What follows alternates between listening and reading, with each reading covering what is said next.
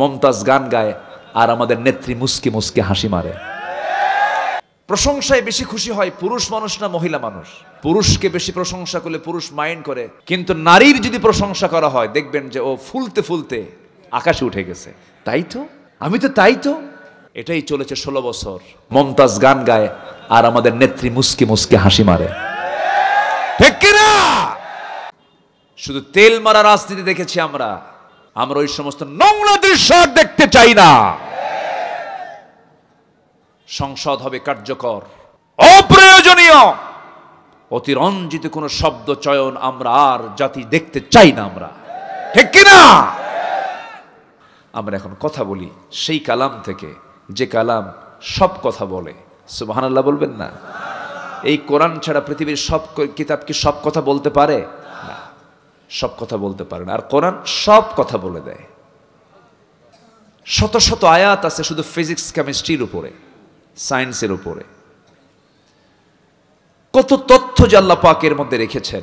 আল্লাহু আকবার। আল্লাহ রাব্বুল আলামিন বলেন, قُل لَّوْ كَانَ الْبَحْرُ مِدَادًا لِّكَلِمَاتِ رَبِّي لَنَفِدَ الْبَحْرُ قَبْلَ أَن تَنفَدَ كَلِمَاتُ رَبِّي وَلَوْ جِئْنَا بِمِثْلِهِ مَدَدًا। আল্লাহর কালামের ব্যাখ্যা, এত বড় ব্যাখ্যা, যদি গোটা পৃথিবীর সমস্ত 7 সমুদ্র যদি কলকালি হয়ে যায়, গোটা বৃক্ষরাজি যদি কলম হয়ে যায়, পানিরূপী কলম, পানিরূপী কালি দিয়া কলম দিয়া লিখতে লিখতে 7 সমুদ্রের পানিরূপী কালিগুলো লিখে লিখে শেষ হয়ে যাবে, কলম পত্রা হয়ে যাবে, পানি নিঃশেষ হয়ে যাবে। কিন্তু আল্লাহর কালামের ব্যাখ্যা লেখা, আমার রবের কালিমার ব্যাখ্যা লেখা কোনোদিন শেষ করা যাবে না। জোরে বলি সুবহানাল্লাহ। কোরআন হচ্ছে তলাহীন একটি সাগরের নাম, যার কোনো তলা নাই। সকল জ্ঞানের উৎস হচ্ছে সোর্স অফ হোল নলেজ। প্রত্যেকটা জ্ঞানের মূল জায়গা হলো, সেন্টার হচ্ছে কোরআন।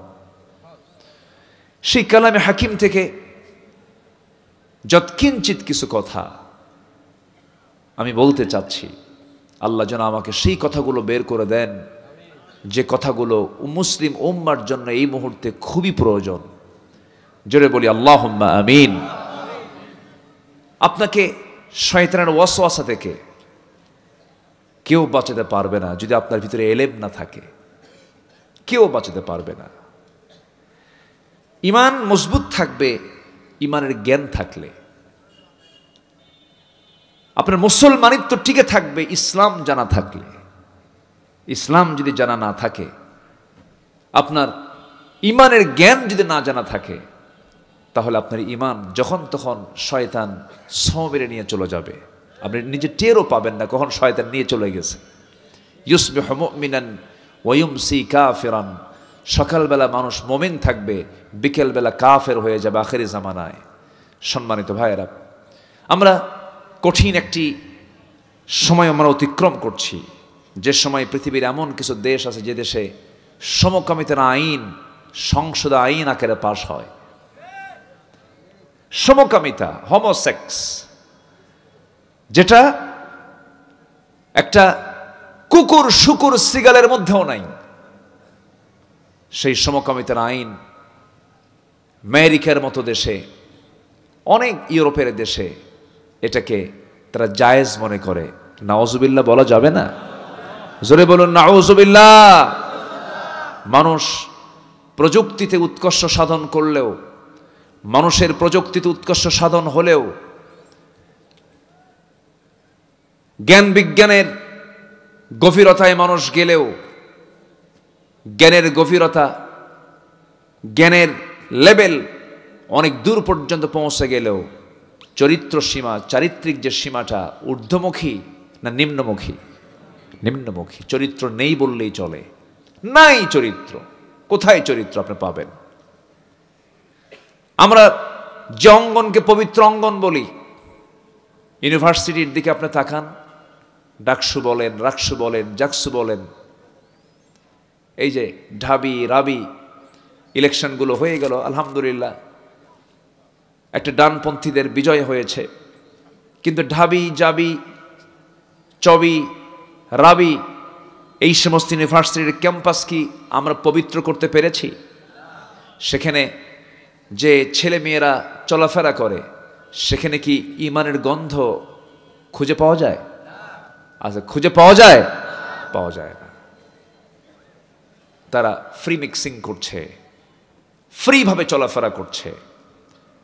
তাহলে আমরা সেই সমাজে বসবাস করছি যে সমাজে ইসলাম মানাটাই কঠিন হয়ে গেছে। ইসলাম মানাটা কি হয়ে গেছে? এখানে বেশ কিছু প্রশ্ন এসেছে।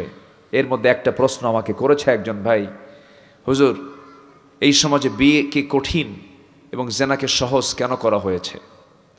অবশ্যই এটা প্রশ্ন কোনো বুড়া মানুষের না যুবক মানুষের? বলেন বুড়া না যুবকের? যুবকের। আমার বিভিন্ন বিষয়গুলো ঘুরপাক খাচ্ছে, এগুলোকে সামনে রেখে কিছু কথা বলতে চাচ্ছি। সবচেয়ে বড় প্রয়োজন হলো জাতির একটা সুন্দর চরিত্র দরকার। জাতির একটা কি চরিত্র দরকার বলেন? সুন্দর চরিত্র দরকার। সেই চরিত্র খুঁজে পাওয়া যাবে যে কিতাবে, সেই কিতাবের নাম কি বলুন? আর যে ব্যক্তির মধ্যে খুঁজে পাওয়া যাবে সেই ব্যক্তির নাম কি বলুন? মুহাম্মদ সাল্লাল্লাহু, জোরে বলি মুহাম্মদ সাল্লাল্লাহু আলাইহি ওয়াসাল্লাম। আমার ভাষা কি বুঝতে কষ্ট হচ্ছে আপনাদের? আমি ভাবতেছি যে কষ্ট পাচ্ছেন কিনা। আমি তো বুঝি যে আমি আমার ভাষায় যে কথা বলি, আমার চাইতে সুন্দর ভাষায় কথা বলেন আপনারা। রাজশাহীর মানুষ, ভাষা আপনাদের অনেক সুন্দর। মুর্শিদাবাদ পাশাপাশি তো, নদিয়া টদিয়া পাশাপাশি আছে, এই জন্য আপনাদের ভাষাগুলো বোঝা যায়। তবে নোয়াখালীর ভাষা আরও বেশি বোঝা যায় নাকি? এটা কঠিন হয়। চট্টগ্রাম তো কোনো কথাই নাই, সিলেট তো আরও জটিল। এই যে ভাষার ভিতরে আল্লাহ পাক ডিফারেন্স রেখেছেন, এটা কেন রেখেছেন জানেন? আল্লাহ পাক এলাকা বেজ এটাকে পাসওয়ার্ড করে দিয়েছেন। গোদাগাড়ি এই ভাষা, পবা এই ভাষা, চাপাই এই ভাষা, বাঘা এই ভাষা, বাগমারা এই ভাষা, মান্দা এই ভাষা, নাটোরের নলডাঙ্গা এই ভাষা, বড়াইগ্রাম আরেক ভাষা, সিরাজগঞ্জ আরেক ভাষা, গ্যাদাবাদ কাইজাও আরেক ভাষা। এই যে ভাষার যে বৈচিত্র্যতা, এটা কার দেওয়া বলেন তো? আসতে বলবেন না, কার দেওয়া? আল্লাহর দেওয়া। তবে ভাষার দিক থেকে আপনারা অনেক সুন্দর লেভেলে আছেন, আপনাদের ভাষাগুলো বোঝা যায় মাশাআল্লাহ। তো একটু আমরা মনোযোগ দিয়ে কথাগুলো শুনি, তাহলে জাতির এখন এই মুহূর্তে দরকার সবচেয়ে বড় দিক সেটা হলো একটা উন্নত চরিত্র দরকার। কি চরিত্র দরকার বলেন তো? উন্নত চরিত্র। এই জাতি কি মিথ্যা কথা বলে? এই জাতি কি মিথ্যা কথা বলে? আচ্ছা বলেন তো কোন শ্রেণীর মানুষগুলো কারা, কোন গ্রুপের মানুষগুলো সবচেয়ে বেশি মিথ্যা কথা বলে আমার দেশে বলুন তো? হ্যাঁ আচ্ছা, হ্যাঁ বলেন, আবার বলেন। রাজনীতি যারা করে, এই কথা বললেন আপনারা, অর্থাৎ মানে নেতাদের কথা বলতেছেন মনে হয় নাকি? আমি কিন্তু বলি নাই ভাই, আপনারাই বললেন। যদি কেউ থাকেন কেউ মাইন্ডে নেবেন না। তাহলে আমি কিন্তু বলেছি কোন শ্রেণী বেশি মিথ্যা কথা বলে। আপনারা কিন্তু শিক্ষকের নাম নেননি, আপনারা ইমামের নাম নেননি, ব্যবসায়ীর নাম নেননি, বিভিন্ন পেশার লোক আছে তাদের কোনো নাম নেননি, এক চোটে নিয়েছেন নেতাদের নাম, রাজনীতিবিদের নাম। ঠিক কিনা বলেন? আচ্ছা, তাহলে আপনারাই কিন্তু বললেন। আবার আপনারা আমাকে দোষাবেন না, হুজুর এটা আবার কোন দিকে নিয়ে গেলেন? আমি প্রশ্ন করলাম, আপনারা আমাকে ওই দিকে নিয়ে চলে গেলেন। সম্মানিত ভাইয়েরা, দুঃখ লাগে যারা জাতির নেতৃত্ব দেবে তাদের মধ্যেই চরম মিথ্যাচার। আসতে কোন কেন? চরম ধোঁকাবাজি, চরম প্রতারণা। এই 54 বছর জাতি পেয়েছে ভালো কিছু না প্রতারণা? কি পেয়েছে বলেন? ধোঁকাবাজি, মিথ্যা শপথ, মিথ্যা ওয়াদা, এগুলি শুধু জাতি পেয়েছে 54 বছর, ভালো কিছু পায় নাই, ভালো কিছু শোনে নাই, ভালো কিছু দেখেও নাই। এই দেশকে কৃষক পিছিয়ে দেয়নি, শ্রম দিয়ে দেশকে আগিয়ে দিয়েছেন কৃষক। অশিক্ষিত মানুষ, শ্রমিক শ্রম দিয়ে সীমিত বেতনে দেশকে আগিয়ে দিয়েছেন, অর্থনীতিকে সমৃদ্ধ করেছেন। প্রবাসী অশিক্ষিত প্রবাস জীবন থেকে রেমিটেন্স পাঠিয়ে দেশকে আগিয়ে নিয়েছেন। সবাই অশিক্ষিত লোকগুলো দেশকে এগিয়ে নিল, আর দেশকে এই অধপতনে এই পর্যায়ে নিয়ে আসলো কারা? এক শ্রেণীর কলমের খোঁচা দিয়ে যারা জনগণের টাকা যারা লোপাট করেছে, নেতৃত্বের চেয়ারে বসে টাকাগুলো তসরুফ করে বিদেশে পাচার করেছে যারা।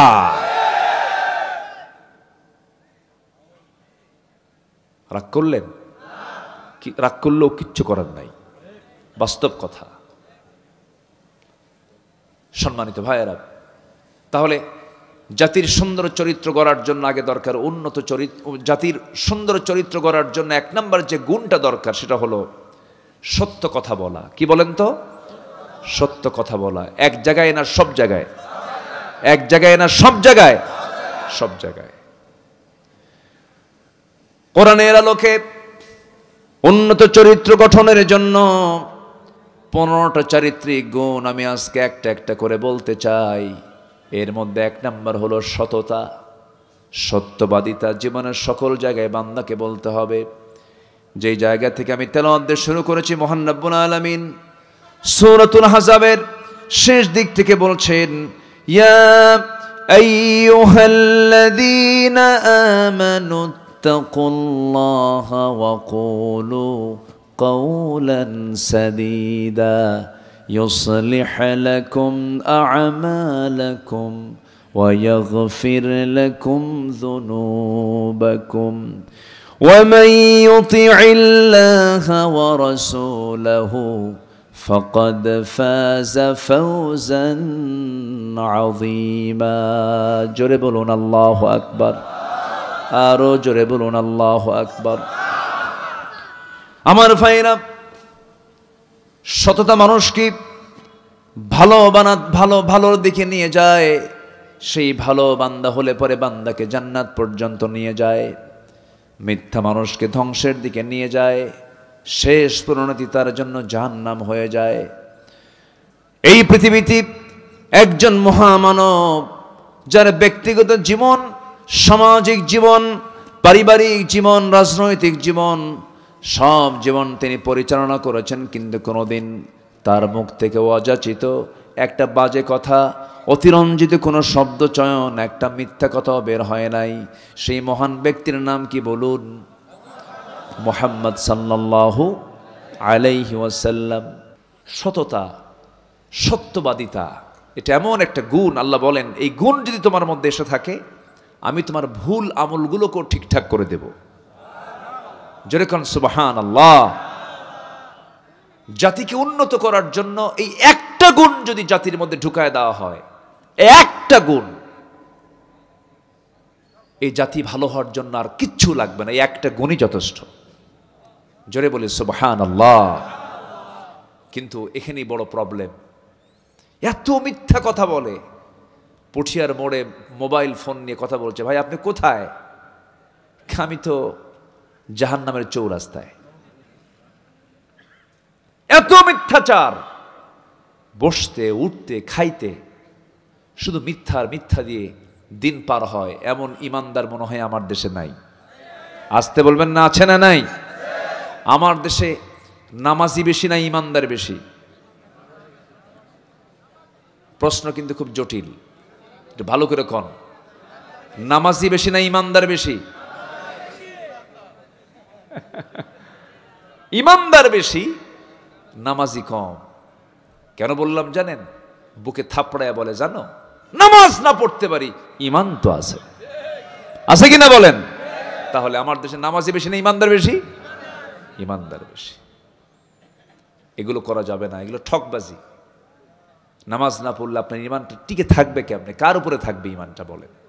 নামাজি নাই, তার কি ইমান টিকে থাকে? কেমনে থাকে? একটু কান লাগাবেন। একজন মহান ব্যক্তির কথা বলছিলাম, যার জীবনে একটা মিথ্যা মুখ থেকে বের হয় নাই। তিনি হচ্ছেন আমাদের আদর্শ, তিনি হচ্ছে আমাদের লিডার, তিনি হচ্ছেন আমাদের সকল কিছুর একদম উসওয়া হাসানা করে আল্লাহ পাক যাকে পাঠিয়েছেন, লাকাদ কানা লাকুম ফি রাসূলিল্লাহি উসওয়াতুন হাসানাহ। তিনি সকল কিছুর মডেল ছিলেন। দুনিয়ার সকল এতিমরা এমন কথা যেন না বলতে পারে পৃথিবীর সেরা মানুষ এতিমদের অধিকার আদায় করবেন কেমনে, তিনি তো নিজে এতিম ছিলেন না। আল্লাহ পাক তাকে ডাবল এতিম করেছিলেন। জন্মের পূর্বে বাপ, জন্মের পর কে নাই? মা নাই। এতিমের অধিকার তিনি প্রতিষ্ঠা করেছিলেন। আমার নবীজি সকল দিক থেকে, সকল আদর্শের দিক থেকে সব কিছুকে মডেল করে আল্লাহ রাব্বুল আলামিন যাকে সিলেকশন করে বলছেন, ওয়ামা আরসালনাকা ইল্লা রাহমাতাল লিল আলামিন। জোরে বলুন আল্লাহু আকবার, আরো জোরে বলুন আল্লাহু আকবার। হে রাসূল, আমি আপনাকে গোটা জগৎবাসীর জন্য রহমত করে দুনিয়াতে পাঠিয়েছি। আমি হলাম রাব্বুল আলামিন, আপনি হচ্ছেন রাহমাতুল লিল আলামিন। আমার নবীজির এক নম্বর গুণ ছিল, তিনি ছোটবেলা থেকে সারা জীবন কোনোদিন একটা মিথ্যা কথা বলেন নাই। তাকে আল আমিন বলতো, আর সাদেক বলতো।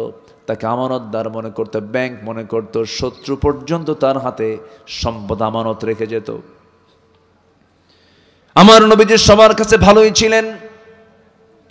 নবুয়তের আগ পর্যন্ত মক্কার কোন কুরাইশ নবীর বিরুদ্ধে একটা মিথ্যাচার করার সাহস পায় নাই, কেউ তাকে খারাপ বলে নাই।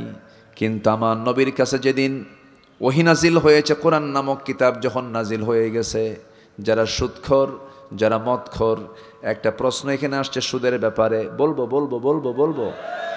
যদি কেউ এই সময় ওঠেন, ভাববো ওটাই সুদ খায়। বসেন। আমার বন্ধুগণ, আমার নবীজি নবুয়তের আগ পর্যন্ত সবার কাছে ভালো ছিলেন, কেউ তাকে খারাপ বলে নাই। কিন্তু আমার রাসূলকে যখন আল্লাহ পাক নবুয়ত দান করলেন, কোরআন নামক কিতাব যখন নবীর কাছে চলে এলো, আলো যখন আসে অন্ধকারে থাকে না, পালায়, অন্ধকারে পালায়। কোরআনের মতো নূর যখন চলে এলো নবীর হাতে, অন্ধকারগুলো তখন একটু খেপতে লাগলো। আবু জেল বলল, মদ বন্ধ হবে মানব না, জেনা বন্ধ হবে মানব না, সুদ বন্ধ হবে মানব না। এই তিনটা জিনিস আমার দেশে নাই। আসতে বলবেন না, আছে না নাই? তাহলে এখন বলুন, এটা কি মুসলিম সমাজ না জাহেল সমাজ? কি আমি কি ভুল বললাম? আবু জাহেলের সমাজে জেনা ছিল, আবু জাহেলের সমাজে সুদের কারবার ছিল, চক্রাকারে সুদের কারবার হতো। আবু জাহেলের সমাজে জেনা হতো, আমার বন্ধুগণ সুদের কারবার হতো। এত জঘন্য কর্মগুলো সেই সময়ে হতো, আজকের সময়ে হচ্ছে, অথচ বন্ধ হয় না। লক্ষ লক্ষ মসজিদ আমার দেশে, হাজার হাজার মসজিদ আমার দেশে, লক্ষ লক্ষ আলিম উলামা এই দেশে। আমার বন্ধুগণ, যে দেশের 90% মুসলমান, সবার নামের আগে মোহাম্মদ লাগানো, নামের শেষে ইসলাম লাগানো। দাদার নাম শরীফুল ইসলাম, বাবার নাম শহীদুল ইসলাম, নিজের নাম আমিনুল ইসলাম। 3 ইসলাম। কয় ইসলাম? এত ইসলাম থাকার পরেও, এত মুসলমান থাকার পরেও সুদ বন্ধ হলো না, জেনা বন্ধ হলো না, এরপরে ধর্ষণ বন্ধ হলো না, খুন বন্ধ হলো না, এমন কোন কাম কুকাম নাই। মদের দোকান বন্ধ হলো না, মদের বার বন্ধ হলো, নাইট ক্লাব বন্ধ হলো না। এখান থেকে একটা বিষয় প্রতীয়মান হয়, লক্ষ লক্ষ মসজিদ তৈরি করে কখনো শুধু এই সমস্ত অন্যায় বন্ধ হবে না, লক্ষ লক্ষ মাদ্রাসা বানায় শুধু বন্ধ হবে না। এগুলোকে বন্ধ করার জন্য আল্লাহর নির্দিষ্ট পন্থায়, নির্দিষ্ট আইন বিচারালয়ে প্রতিষ্ঠা করতে হবে, ঠিক কিনা? আইন আকারে পাশ করতে হবে। শুধু মসজিদকে আমরা আল্লাহর আইনের আওতায় নিয়ে আসব তা হতে পারে না। ক্যান্টনমেন্ট আইনের আওতায় নিয়ে আসতে হবে, সচিবালয় আল্লাহর আইনের আওতায় নিয়ে আসতে হবে। এমন করে যদি সুন্দর করে সাজানো গোছানো যদি আল্লাহর পরামর্শ নিয়ে যদি হয়, আল্লাহ বলছেন বান্দারে কিচ্ছু লাগবে না, একটা আয়াত তুই জারি কর। কয়টা? একটা আয়াত। কার পরামর্শ? আল্লাহর পরামর্শ।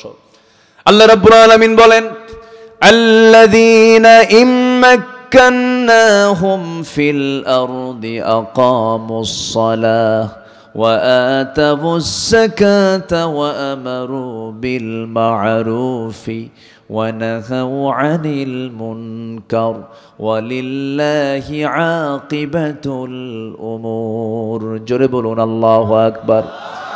এই জাগতিক জীবনে আমি যাদেরকে রাষ্ট্রীয় ক্ষমতা দান করব, তাদের জন্য বেশি কিছু লাগবে না, 4টা দফা, শুধু 4টা দফা। নাম্বার 1 হলো নামাজটা কায়েম করবে।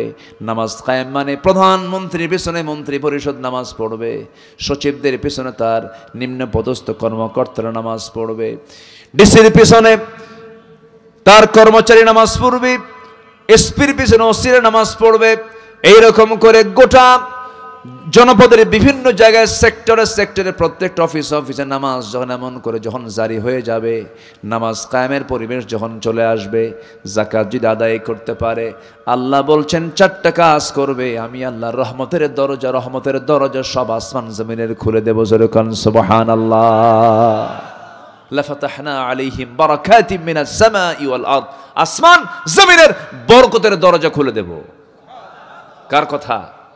আসতে বলবেন না, কার কথা? তাহলে নামাজ শুধু পড়বো না নামাজ কায়েমের আন্দোলন করব? নামাজ কায়েমের আন্দোলন আমাকে আপনাকে, আন্দোলন কি একা হয়?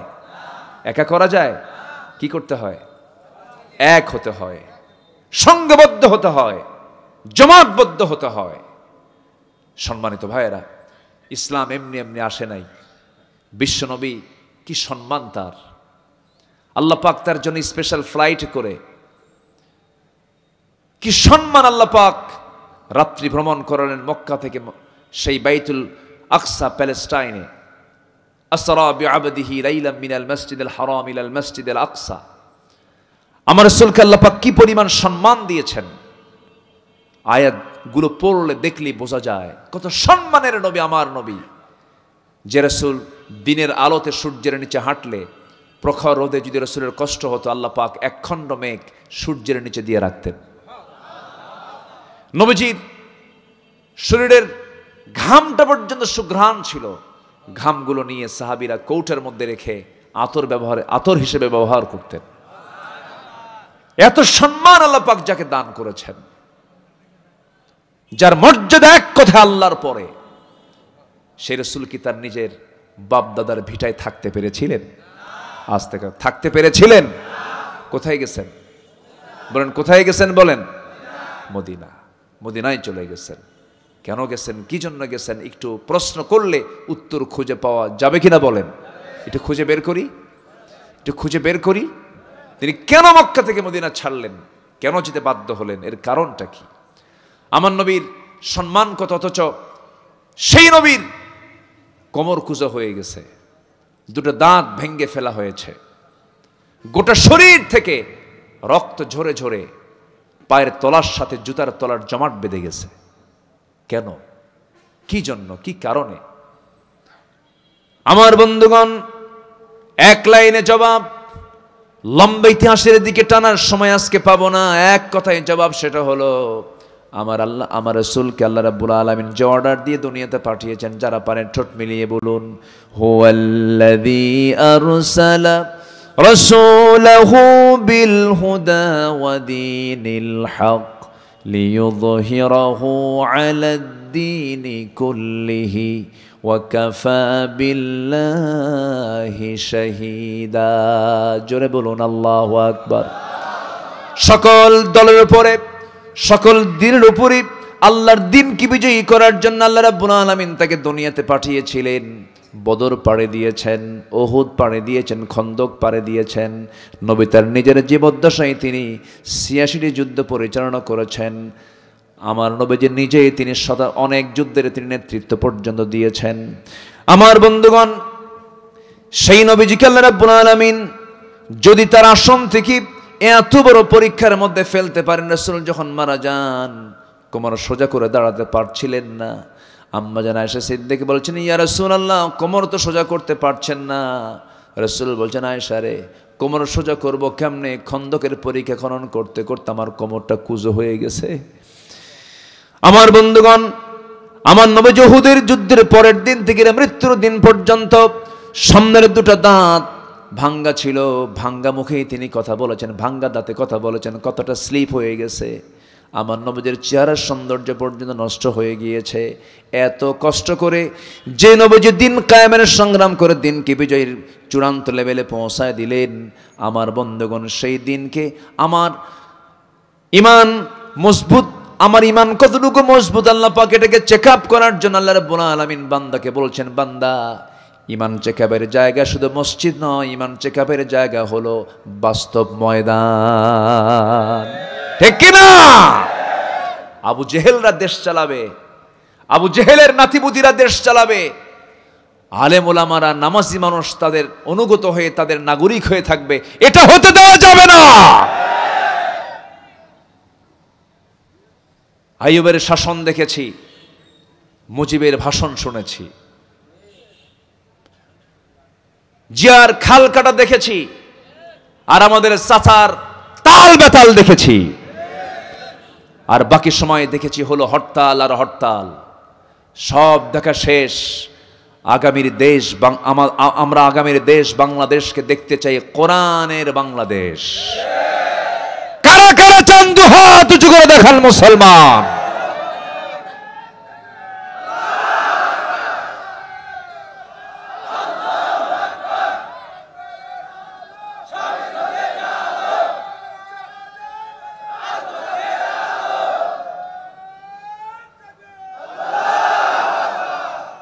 আল্লাহ কবুল করেন, জোরে বলে আমিন, আরো জোরে আমিন। সম্মানিত ভাইয়েরা, উন্নত চরিত্রের জন্য 15টা গুণ দরকার কোরআনের আলোকে। 1 নম্বর হলো সত্য কথা বলা। রাজি আছেন তো সবাই? সবাইকে রাজি আছেন? স্ত্রীর সামনে কি মিথ্যা কথা বলবো না সত্য কথা বলবো? কিছু সময় কিছু জায়গায় যুদ্ধের ময়দানে আমি কি শত্রুকে সত্য কথা বলবো? বলেন, সত্য কথা বলবো? কি বলবো? যা হবে তার কি উল্টা বলতে হবে, বিপরীতটা বলতে হবে। এটা হচ্ছে যুদ্ধের কৌশল। ওই জায়গায় মিথ্যা কথা বলা জরুরি, আপনি মিথ্যা কথা বলতে হবে ওই জায়গায়। কিছু জায়গা আছে সেখানে মিথ্যা বলতে হবে। যেরকম বিশেষ বিশেষ সময়ে স্বামী তার স্ত্রীকে একটু কৌশল করে কিছু মিথ্যা বলতে পারে, আবার পাইকারি দরে কইয়েন না। এটা আবার ভাববেন না যে আব্দুল আল আমিন আজকে বলে গেছে জীবনে যতদিন আছে ফাঁকি শুধু দিতেই থাকবো, না। এটা হচ্ছে হায়ার অ্যান্টিবায়োটিক। এটা হায়ার অ্যান্টিবায়োটিক। এটা জীবনে 2-1 বার দেওয়া যেতে পারে। খুব রাগ করেছে স্ত্রী, তোমার সংসার করবই না। মেয়েদের মধ্যে এই জাতীয় কথা, প্রান্তিক কথা কম আসে না বেশি আসে? কম আসে না বেশি আসে? পুরুষরাও কম না, কিছু পুরুষও আছে বেজুত, ধৈর্য নাই বললেই চলে। এক মহিলা কয়েকদিন আগে আমাকে ফোন দিয়ে বলে, হুজুর একটা কথা, প্রশ্ন কি, আমার স্বামী সকালেও তালাক দেয়, সন্ধ্যাও তালাক দেয়, আমি কি আসি না নাই? তাহলে এটা যদি হয় অবস্থা এটা কেমন হলো? সম্মানিত ভাইয়েরা, হয়তো রাগ করে বউ প্ল্যান করতেছে আমি চলেই যাব বাবার বাড়ি, আমি তোমার সঙ্গে সংসার করব না, থাকো তোমার সংসার নিয়ে, তোমার বাচ্চা কাচ্চা নিয়ে থাকো, গেলাম চলে গেলাম। খুব চূড়ান্ত অবস্থা কাজ করছে। সেই সময় আস্তে করে ডাক দিবেন, ময়না, অথবা একটা কিছু ডাক দিলেন, ডাক দিয়ে বসায় দিয়ে বললেন, তুমি কি চাও? আগামীকাল তোমার জন্য আমি ঢাকা যাচ্ছি, আমি তোমার জন্য দেশ ট্রাভেলস টিকিট বুকিং করেছি। আছে নাকি এদিকে? ও, তাহলে তোর নাম কমনই পড়ছে মনে হয়। আচ্ছা, আমি ঢাকা গিয়ে তোমার জন্য একদম পেটা আপন জুয়েলার্স থেকে 2 ভরি স্বর্ণের চেন কিনবো, পুরান ঢাকায় গিয়ে চামড়ার 1 জোড়া জুতা কিনবো, নারায়ণগঞ্জ গিয়ে তোমার জন্য আমি একটি সুন্দর শাড়ি কিনবো, অথবা 3 পিস কিনবো, অথবা জামা কিনবো।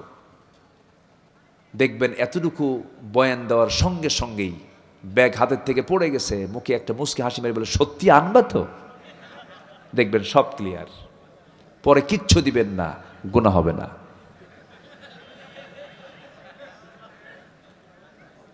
তবে এই কথাটা বললাম যে এটা হচ্ছে প্রান্তিক কথা, এটা হচ্ছে চূড়ান্ত লেভেলে। যদি ঘন ঘন দেন, রুগী কিন্তু বাঁচবে না, রুগী কিন্তু মরে যাবে।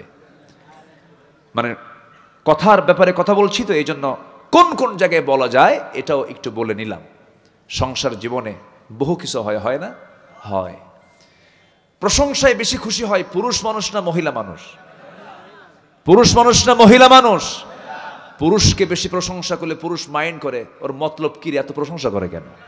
ঠিক আছে না? ওর মতলবটা কি? পুরুষ মানুষ কিন্তু বেশি প্রশংসা পেলে ও সন্দেহ করে ওর মতলব কি দেখ।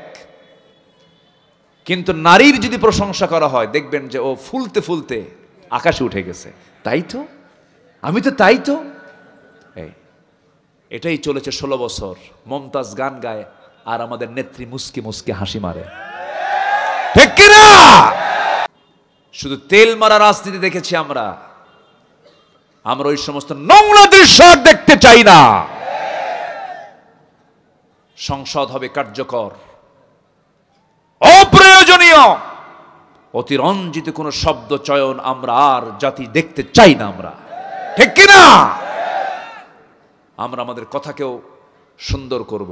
উন্নত চরিত্র গঠন করার জন্য 1 নাম্বার দিক হচ্ছে আমরা সত্যবাদিতা জীবনের এক জায়গায় না সকল জায়গায়, সকল জায়গায়। প্রচলিত রাজনীতি মানেই হচ্ছে ঠকবাজি, প্রচলিত রাজনীতি মানে হচ্ছে মিথ্যাচার, পলিটিক্স। এটার যদি আপনি মূল ব্যাখ্যায় মূল অর্থে যদি চলে যান, যে কোনো মূল্যে তার প্রতিপক্ষকে হারিয়ে ফেলার নামই হলো পলিটিক্স। অর্থাৎ মিথ্যা দিয়ে হোক, ধান্দাবাজি কইরা হোক, হারাতেই হবে, এর নাম হচ্ছে পলিটিক্স। কিন্তু ইসলাম এই প্রচলিত রাজনীতিকে বিশ্বাস করে না। সম্মানিত ভাইয়েরা, তাহলে সবাইকে সত্য কথা বলতে রাজি আছি তো? এক জায়গায় না সব জায়গায়? সব জায়গায়। ও বইয়ের জায়গা বাদ না? কে জানে কি কইলো জানো, কি যেন শুনলাম একটা। আচ্ছা, না ওটাও বলা যাবে না, ওটা বিশেষ বিশেষ, মাঝে মাঝেও না। মাঝে মাঝে কে করবে? মাঝে মাঝে না, খুব রেয়ার হতে পারে। হয়তো সংসার ভেঙ্গে যাচ্ছে অথবা এরকম কিছু হচ্ছে, সেই ক্ষেত্রে হতে পারে। আপনাকে রাগ করতেছেন নাকি আপনারা ভাই? আচ্ছা আমার বন্ধুগণ, সত্য কথার উপরে টিকে থাকা, দ্বীনের উপরে টিকে থাকা কিন্তু সহজ কোনো বিষয় নয়। একজন সাহাবীর কথা মনে হয়ে গেল আমার এই মুহূর্তে। একজন সাহাবী কালেমা পড়ে মুসলমান হয়েছেন, কেউ জানে না। বাপ দুনিয়া থেকে জন্মের পূর্বে দুনিয়া থেকে বিদায় নিয়েছে। আপন চাচার কাছে মানুষ হয়েছেন সেই সাহাবী, চাচাও জানে না। হঠাৎ করে কানে সংবাদ গেল ভাতিজা নাকি ইসলাম কবুল করেছে। ভাতিজার কাছে এসে বলছে, এই ভাতিজা আব্দুল্লাহ, তুমি নাকি কালেমা পড়েছ। মুস্কা শিমিরি বলছেন, চাচা মিথ্যা কথা বলবো কেমনে? আমি আপনাকে শুধু, আমি নিজেই পড়ি না, আমি আপনাকেও সেই কালিমার দাওয়াত দিচ্ছি। আশহাদু আল্লা ইলাহা ইল্লাল্লাহু ওয়াহদাহু লা শারীকা লাহু ওয়া আশহাদু আন্না মুহাম্মাদান আবদুহু ওয়া রাসূলুহু। হেদায়েতের মালিক কে? আসতে বলবেন না কে? এই সাহাবী ইসলাম কবুল করেছেন। বাড়িটা হলো মক্কা এবং মদিনার ঠিক মাঝখান বরাবর, মাঝে তার বাড়ি। কালিমা পড়েছেন তিনি। চাচা এবার বলে ফেলল, ভাতিজা তোর এত বড় সাহস, আমি তোকে তিলি তিলি কত কষ্ট করে আমার সম্পত্তি তোকে দিয়েছি, ধীরে ধীরে বড় করেছি, আর আমার বাপ দাদার ধর্মে চুনকালি মেরে নতুন দিন তুই গ্রহণ করলি, আমি তোকে বাঁচাবই না। ভাতিজা বলছে, চাচা আপনি আমাকে কি করবেন জানি না, তবে আমার জীবনের শেষ নিঃশ্বাসেও থাকবে আমার একমাত্র আল্লাহর নাম। জোরে কোন সুবহানাল্লাহ। চাচা খেপে গিয়ে বলছি, তুই কি জানিস দিনটা না ছাড়লে তোর কত বড় ক্ষতি হয়ে যাবে? কি চাচা, কি ক্ষতি হবে বলুন? সঙ্গে সঙ্গে বলছে, সমস্ত সম্পত্তিগুলো আমি তোর থেকে জোর করে নিয়ে নেব। ভাতিজা বলছে, চাচা জোর করে নেওয়ার দরকার নাই, ঈমান নামক যে দৌলতটা পেয়েছি, আপনি আপোষে আমার যত সম্পত্তিগুলো আছে আমি আপনাকে দলিল করে দিলাম, এক্ষুনি আপনারা দিয়ে দিলাম, বিনিময়ে আমি কখনো ঈমানটা বিক্রি করতে পারবো না। চাচা খেপে গেল, রেগে গেল। এক পর্যায়ে থাপ্পড় মেরে জমিনে ফেলে দিয়া গায়ের জামাটা পর্যন্ত খুলে নিল, এমনকি পরে চূড়ান্ত লেভেলে গিয়া পরনের লুঙ্গিটা পর্যন্ত খুলে ফেলে উলঙ্গ করে ঘর থেকে বের করে দিয়েছে। সাহাবী করলেন কি, সোজা মার দরজায় গিয়ে করাঘাত করে বলছে, মা দরজাটা খোলা, আমার দিকে তাকায়ও না। ঈমান এনেছি, হক গ্রহণ করেছি, সত্য গ্রহণ করেছি, এই অপরাধে আমার চাচা আমার শরীর থেকে শুধু কাপড় নয় লুঙ্গিটা পর্যন্ত খুলে নিয়েছে। ও মা দেখো তো ঘরের ভিতরে কোনো কাপড় আছে নাকি? এক খণ্ড চাদর তার মুখের উপরে নিক্ষেপ করলেন মা। চাদরটা দিয়া কোনো মতো সদর ডেকে বলছে, মা আমার দিকে তাকায়ও না, আমি আর কোনো দরবারে যাব না, আমি আর কোথাও থাকবো না। আমার মন হাজার বার করে টানতেছে, নবীর সামনে না যাওয়া পর্যন্ত আমার মন প্রশান্ত হবে না। সাহাবী রাতের আধারে রওনা দিলেন। প্রচন্ড শীতকাল সেই সময়, সামান্য শুধু সতরটা ঢেকে নিয়া সাহাবী রওনা দিয়েছেন মদিনার পানে। নবীর কাছে গিয়ে পৌঁছলেন, ফজর হয়ে গেল। নবীজি তাকে দেখতে পেলেন, সালাম বিনিময় হলো। রাসূল তাকে এমন অবস্থায় হাত পা কাঁপতেছে, ভিতরে চলে গেলেন, জুব্বা দুইটা বের করলেন, বের করে বলছেন, ও যুবক তাড়াতাড়ি কাপড় পরো, কি হয়েছে তোমার? সম্পূর্ণ ঘটনা খুলে বললেন। আমার রাসূল বলছেন, তোমার চাচা তোমাকে বস্ত্রহীন করেছে, আমি বিশ্বনবী, আমি তোমাকে আমার গায়ের জুব্বা তোমারে দান করে দিলাম। একটু আস্তে বলেন সুবহানাল্লাহ, একটু জোরে বলেন সুবহানাল্লাহ। সত্যকে গ্রহণের ফলাফল আল্লাহ পাক ভালো করতে পারেন কিনা বলেন? অবশ্যই পারেন। সত্যের উপরে টিকে ছিল যারা, আজকে স্বাধীন চেতা হয়ে বাংলার জমিনে তারা কথা বলছে, ঠিক কিনা বলেন? কারোর সামনে মাথা নত করেনি। আল্লামা সাঈদী একটা ইতিহাস, মাথা নত করেননি। তাকে বারবার প্রস্তাব দেওয়া হয়েছে, প্রপোজ করা হয়েছে, বলুন আমি আর রাজনীতি করব না, আমি আমার রাজনৈতিক জীবন থেকে আমি অবসর নিলাম, শুধু একটা বার বলুন। উনি হাসি মুখে সব উড়িয়ে দিয়ে বলেছেন, শহীদ হওয়ার জন্য আমি সাঈদী প্রস্তুত আছি। শহীদ হয়েছেন, দুনিয়া থেকে বিদায় নিয়েছেন। আমার 100% আমার কাছে মনে হয় এদেশে উনি একজন বড় আল্লাহওয়ালা মানুষ ছিলেন, পরহেজগার মানুষ ছিলেন। নচেত 25 বছর আগের অঙ্ক এখন মিলে কেমনে?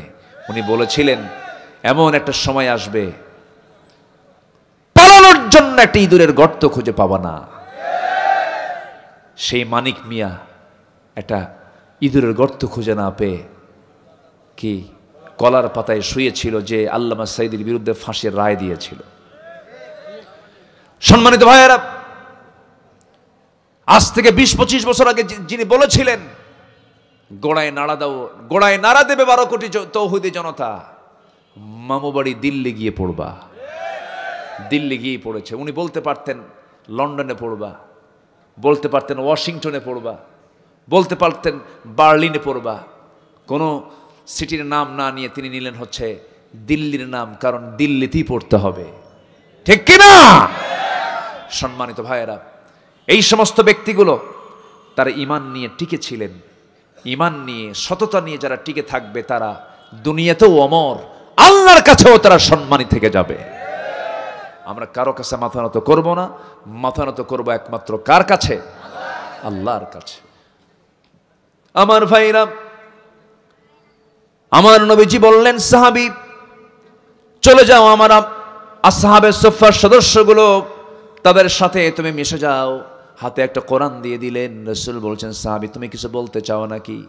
এবার সেই সাহাবী বলছেন, হুজুর আপনি আমার জন্য দোয়া করুন, আপনি আমার জন্য প্রার্থনা করুন। আমার নবীজি হাত উঁচু করে দোয়া করে বলে দিচ্ছেন, আল্লাহ আমার এই আব্দুল্লাহর জানমালকে কাফের বেঈমানদের জন্য তুমি আল্লাহ হারাম করে দাও। এই কথা শোনার সঙ্গে সঙ্গে আব্দুল্লাহর মনটা খারাপ হয়ে গেল। রাসূল বলছেন, সাহাবীরা মনটা খারাপ হলো কেন? হুজুর দোয়াটা যেন মনে হলো উল্টা হয়ে গেছে। কাফের মুশরিকদের জন্য আমার জানমাল হারাম করে দেওয়া মানে তারা আমাকে কেউ আঘাত করবে না, আমি শহীদের দরজা পাবো না। রাসূল বলছেন, আব্দুল্লাহ রে, দিন গ্রহণ করতে নিয়ে তোর চরম বেগ পেতে হয়েছে, দুনিয়া বিক্রি করে ঈমানটা রাখতে হয়েছে।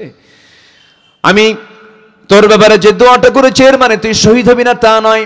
ওয়া ইম্মা তাআলা ফিরাশিহি, যদি কারো ভিতরে যদি শাহাদাতের তামান্না লালন হয়ে থাকে, তার মরণ যদি বিছানায় হয়, আল্লাহ রাব্বুল আলামিন তাকে শহীদের দরজা তারে দিয়ে দেন। জোরে কোন সুবহানাল্লাহ। আমার বন্ধুগণ, এই কথা বলে তাকে বিদায় জানালেন। জোরে জোরে তিনি কোরআন তেলাওয়াত করেন। সাহাবীদের কষ্ট হয়, নবীর কাছে এসে পরামর্শ চাইলেন, হুজুর নতুন একজন সাহাবী আব্দুল্লাহ, তার নাম জোরে জোরে কোরআন চিৎকার করে করে পড়ে, আমাদের ডিস্টার্ব হয়। রাসূল বলছেন, ও আমার সাহাবীরা, আমার আব্দুল্লাহর তেলাওয়াতের ব্যাপারে তোমরা কেউ বাধা দিও না, কারণ আব্দুল্লাহর দিন গ্রহণ করতে নিয়ে দুনিয়াকে বিক্রি করে এরপরে দিনকে গ্রহণ করতে হয়েছে। জোরে কোন সুবহানাল্লাহ। বহুদিন পর যুদ্ধের ডাক চলে এলো। সেই যুদ্ধে এই সাহাবী অংশগ্রহণ করলেন। যুদ্ধ শেষ হয়ে গেল, অভিযান থেকে ফেরত আসবেন, ফেরত আসতেছেন, হঠাৎ করে রাস্তার মধ্যে খবর চলে এলো, হুজুর আপনার সেই প্রিয় সাহাবী আব্দুল্লাহ মারাত্মক আহত হয়েছে, মারাত্মক অসুস্থ হয়ে পড়েছে। আমার রাসূল বলেন, ভালো করে সেবা করো, ভালো করে চিকিৎসা দিয়ে দাও। কিন্তু কয়েকটা দিন পর আমার নবীর কাছে সংবাদ চলে এলো, হুজুর হাজারবার চেষ্টা করেছি, বহু যত্ন নিয়েছি, বাঁচানো গেল না। আপনার প্রিয় সাহাবী আব্দুল্লাহ আর দুনিয়াতে নাই, দুনিয়া থেকে বিদায় নিয়েছে, মৃত্যুবরণ করেছে। রাসূল বলছেন, সাহাবীরা রে, আমার আব্দুল্লাহর দুনিয়া থেকে তার বিদায় হয়ে গেল, তার জানাজার নামাজ পড়ানোর দায়িত্ব আমি কারো কাঁধে দেব না, আমি রাসূল নিজে তার জানাজার দায়িত্ব গ্রহণ করে নিলাম। কি বড় সৌভাগ্য দেখেন, কি বড় ভাগ্যবান। আমার নবীজি তার জানাজার দায়িত্ব গ্রহণ করলেন। জানাজা শুরু হয়ে গেছে, আমার রাসূল জানাজা পড়ায়া দিলেন। জানাজা সম্পূর্ণ যখন হয়ে গেল, আমার নবীজি সাহাবে কেরামকে ডাক দিয়ে বলছেন, সাহাবীরা, আমার আব্দুল্লাহর লাশটা কোথায় রাখবে, কবরটা কোথায় খনন করেছে হুজুর? ওই দুই পাহাড়ের পাদদেশে আমরা মাঝখানে আমরা তার কবরটা খনন করেছি। আমার রাসূল বলছেন, সাহাবীরা, তোমরা কেউ আমার আব্দুল্লাহর লাশ কবরে রাখতে পারবে না, আমাকে কবরের সামনে নিয়ে যাও। কবরের সামনে নিয়ে যাওয়া হলো। আমার নবীজি কবরের দিকে তাকালেন, আমার নবীজির চোখে পানি চলে এলো। আমার নবীজি নিজে নামলেন, বিশ্বনবী নিজে নেমে বলছেন, আবু বকর আমার ডানে নামো, ওমর আমার বামে নামো। আমার নবীজি নামলেন, রাসূল নিজে আবেগ আপ্লুত হয়ে পড়লেন। আমার নবীজির চোখে লাল হয়ে গেল, চোখের কোনা বেয়ে বেয়ে টপ টপ করে পানি পড়ছে। হাতটা গায়ে দিয়ে বলছেন, সাহাবীরা রে, আমার প্রিয় আব্দুল্লাহর লাশটা তোমরা আমার হাতের উপরে তুলে দাও। হাতে নিলেন। এবারে বলছেন, আবু বকর মাথাটা ধরো, ওমর পাটা ধরো। তিনজন মিলে কবরে শোয়া দিলেন। বুকের উপরে আমার রাসূল হাতটা রাখলেন। আমার নবীজি কাদা কাদা কণ্ঠে বলছেন, আরশের মালিক আল্লাহ, এই আব্দুল্লাহ আজ পর্যন্ত আমি তার প্রতি রাজি আছি, সন্তুষ্ট আছি, আল্লাহ তুমি তাকে মাফ করে দাও, তুমিও সন্তুষ্ট হয়ে যাও। এই দোয়া শেষ না হতেই একজন সাহাবীর সামনে দাঁড়িয়ে থাকে এক সাহাবী, সাদ বিন আবি ওয়াক্কাস নামে একজন সাহাবী চিৎকার মেরে বলছেন, আহারে, এত বড় পোড়া কপাল, জীবিত সাদ না হয়ে যদি আজকে মৃত সাদ হয়ে যদি এই কবরের বাসিন্দা হতে পারতাম, জীবনটা ধন্য হয়ে যেত। জোরে বলি সুবহানাল্লাহ, আরো জোরে বলি সুবহানাল্লাহ। আমার বন্ধুগণ, আমার নবী যে কবরে নেমেছেন, ওই কবরে আবু বকরও নেমেছেন, ওমরও নেমেছেন, বিশ্বের সেরা সেরা তিনজন মানুষ। ওই সাহাবী কত বড় ভাগ্যবান ভাইরে। আমার বন্ধুগণ, যারা সততা নিয়ে, ঈমান নিয়ে যারা টিকে থাকবে, দুনিয়াতে তো সম্মান দিবেন, আখিরাতেও নাজাত দিবেন, মুক্তি দিবেন, তিনি আমার কে? আল্লাহ। চারিত্রিক গুণাবলী মোট কয়টা বলতে চেয়েছি বলুন? 15টা চলছে। কয় নাম্বার বলেন? বলেন, কয় নাম্বার চলতেছে? 1 নাম্বারে চলছে। আরও আছে কয়টা বলেন? 14টা। বলেন তো, একটু সময় লাগবে না ভাই? একটু লাগুক সময়, একটু লাগুক, আর কিছু সময়। নাম্বার 2 হলো চরিত্রকে সুন্দর করার জন্য। নাম্বার 2 হলো আমানতদারিতা টিকে রাখতে হবে। আমানতদারিতা কখনো নষ্ট করা যাবে না। ইন্নাল্লাহা ইয়া'মুরুকুম আন তু'আদ্দুল আমানাতি ইলা আহলিহা ওয়া ইযা হাকামতুম বাইনান নাসি আন তাহকুমু বিল আদল ইন্নাল্লাহা নি'মা ইয়া'ইযুকুম বিহি। জোরে বলুন আল্লাহু আকবার। তোমরা আমানতকে পরিপূর্ণ করো, আমানত নষ্ট করো না, আমানতের তোমরা কোনো খেয়ানত করো না। মুমিনের যতগুলো গুণ থাকবে, এর মধ্যে শ্রেষ্ঠ একটা গুণ হলো আমানত রক্ষা করা। মোটামুটি আল্লাহ পাক একটা সূরার শুরুতে মুমিনের 7টা গুণের কথা বলেছেন এবং আল্লাহ নিজে ওয়াদা করছেন এই 7টা গুণ থাকবে যার, আমি আল্লাহ তাকে জান্নাতুল ফিরদাউসের মালিক বানায়া দেব। সবাই মনোযোগ দিয়ে কথাগুলো শুনুন, কান লাগান, একটু বোঝার চেষ্টা করুন। আল্লাহ রাব্বুল আলামিন বলেন, قد أفلح المؤمنون الذين هم في صلاتهم خاشعون والذين هم عن اللغو معرضون والذين هم للزكاة فاعلون والذين هم لفروجهم حافظون জোরে বলুন আল্লাহু আকবার। 7টা গুণ আছে যার, জান্নাতুল ফিরদাউস আছে তার। নাম্বার 1 হলো নামাজকে সুন্দর করা, নাম্বার 2 হলো জিহ্বাকে বিশ্রাম দেওয়া, বাজে কোনো কথা না বলা, মিথ্যার সঙ্গে না থাকা, নাম্বার 3 হলো যাকাত ঠিকমতো আদায় করা, নাম্বার 4 হলো লজ্জাস্থানের হেফাজত করা। আমার বন্ধুগণ, এরপরে নাম্বার 5 হলো ওয়াদা ঠিক রাখা, নাম্বার 5 হলো, নাম্বার 6 হলো আমানতদারিতা ঠিক রাখা। আমার বন্ধুগণ, আমানতদারিতা কি? স্বামীর কাছে স্ত্রী একটা কি বলেন, আসতে কয়, বলেন বলেন বলেন, কর্মচারীর কাছে কর্মকর্তার মালিকের মালামালগুলো কি বলেন, আমানত। আমার বন্ধুগণ, আমানতদারিতা বিশাল একটা বিষয়। উন্নত চরিত্র গঠন করার জন্য, উন্নত সমাজ গড়ার জন্য, উন্নত রাষ্ট্র তৈরি করার জন্য মানুষগুলোকে উন্নত হতে হবে, উন্নত চরিত্র অর্জন করতে হবে। 1 নাম্বার সত্যবাদিতা, নাম্বার 2 হলো আমানতদারিতা। রাষ্ট্রের দায়িত্ব পালন করে, এটা একটা কি বলেন, বলেন বলেন বলেন বলেন। রাষ্ট্রের কথা আসলে একজন সাহাবীর কথা বারবার মনে পড়ে যায়, তার নাম হলো ওমর। আল্লাহু আকবার বলেন। এক ফকির আসছে তার কাছে ভিক্ষা চাইতে, কি চাইতে বলেন, ভিক্ষা চাইতে আসছে। দরজায় এসে ডাকছে, দরজা খুলে না। কিছুক্ষণ দেখলেন, দেখার পরে ওই ফকিরটা ডাক দিয়ে আবার চলে যাচ্ছেন। ওমরে ফারুক এসে পিছন থেকে ডাক দিয়ে বলে, মহিলা দরজায় ডাকলা, সময় আসার আগে তুমি চলে গেলে, এর কারণটা কি? ফকিরটা বলতেছে, আমিরুল মুমিনিন, সাহায্যের জন্য আপনার বাড়িতে এসে দেখি আমি যত ফকির তার চাইতে বেশি ফকির আপনি।